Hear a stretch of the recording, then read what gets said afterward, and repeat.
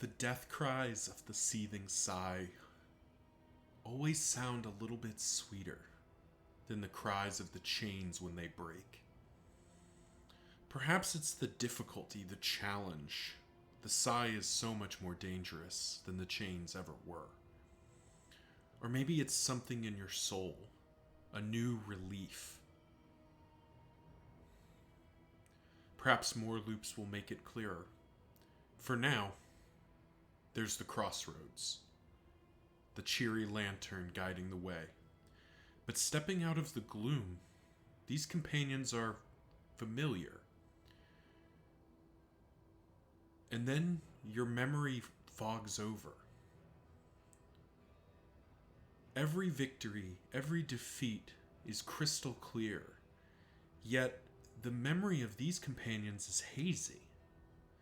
Perhaps something happened. No matter. It's another loop. Best to gather your companions and get moving. Hey, what's going on, everyone? It's Loki Orn, and we are back in Darkest Dungeon 2. And as I kind of just alluded to, we're going to do our best to try and rectify the error I made by reconstructing the formation Wall of Fire.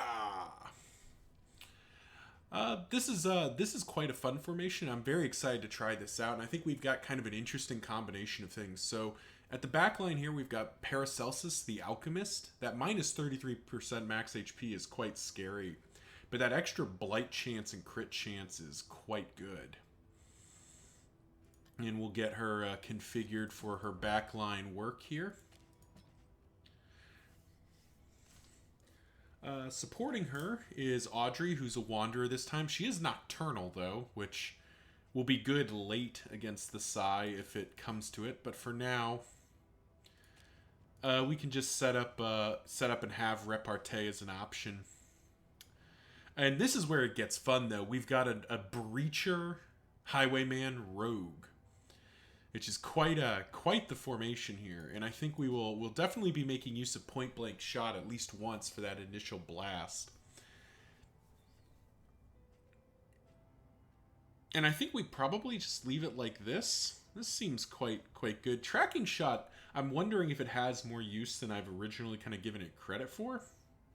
We'll have to see. And then finally, Bonnie the Runaway is also a Wanderer, and we will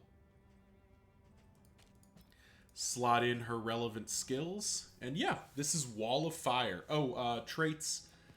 Nocturnal and Vicious is quite an interesting combination. Breacher and Greedy is quite good. And Photo Explorer and Nervous. So yeah, the Wall of Fire formation. Talking about it in a meta sense, the first thing that immediately sticks out in this formation is we really don't have a tank. None of our characters except Audrey really have a way to generate taunt, and Audrey's is so conditional that unless we get a bit of luck with trinkets, she's not going to be able to consistently set up any sort of tanking. Well, that's a nice little initial pick-me-up here. Oh, a little bit of lag there, which is just fine. Just put it on somebody, get rid of you. But yeah, so tanking is going to be a worry, and Paracelsus only having 19 HP is quite the problem. We're going to need to figure out, we're definitely going to want to try to get her some extra HP somehow. Moving forward with the kind of meta-analysis here, the next up is Stress, and Stress is the other big weakness this party has. There is not really any stress healing here other than crits. Technically, Audrey, I guess it's not even technically, Audrey can stress heal herself with upgraded Dead of Night, which is enough to keep her kind of in fighting fit. But outside of that, we definitely have no spike stress healing, so early doses of laudanum are going to be quite valuable. And we're kind of just going to have to accept meltdowns as being an option because we just don't have a way to deal with them until we get relationships ticking. But now moving kind of to the more positive side, we have a ton of healing output between Cauterize, Audrey's self-healing with Absinthe and Dead of Night, and Paracelsus's Indiscriminate Science and Battlefield Medicine. We do have quite a bit of combat healing. which will definitely help keep us alive and in the fight. And the damage output is also there to match. I mean, just call it what it is. Breacher Highwayman has got to be one of the best. One of the best initial situations. He is a rogue as well, so we are getting that 50% damage boost on our initial. On our initial damage, which won't matter too much for the Psy, unfortunately. He's the Psy is just gonna do what it wants to do, and the lung. Hitting the lung that early, unless it inflates first, is probably not going to matter. But that being said, it's still, quite a bit better than nothing. We also have the option of not point-blank shotting and just kind of leaving him up front to just wicked slice repeatedly, which is equally good. But yes, that was a very easy first fight. I mean, I think we're gonna have to rely on Breacher quite a bit. I think that's gonna be a vital part of how this formation is gonna get it done here. All right, so we got 2 slime molds, which I'm really not keen on using, but I don't think I'm gonna have a choice. And we got 2 early laudanums, so I think we are definitely gonna buy both of those laudanums.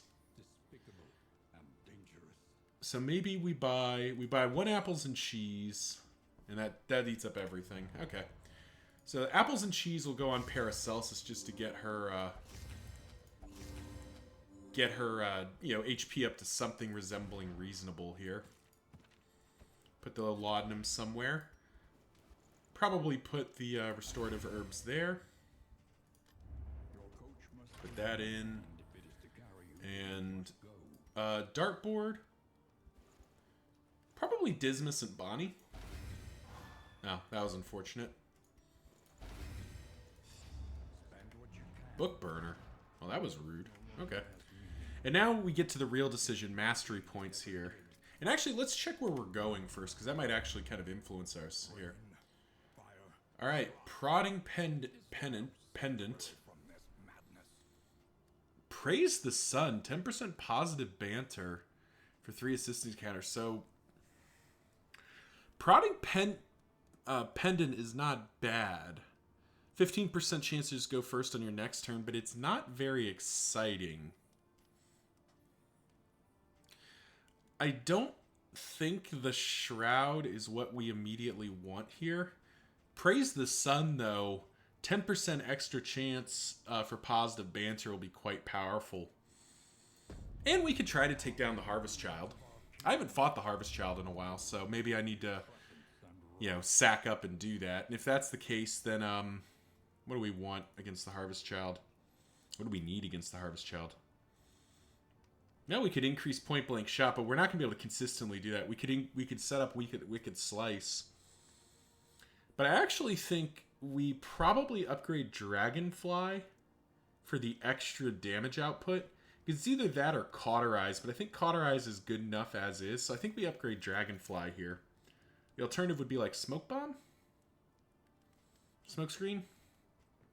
We'll upgrade Dragonfly. I think the damage output's going to be plot relevant here. And alright, this is Wall of Fire, and we will be heading into the Fodder next. So thank you all for watching. Remember to like, comment, subscribe. You know the drill. Let the YouTube algorithm know I make content you like to watch so that other people can find me too. And tune in next time as we take Wall of Fire into the Fodder. Until then, see ya.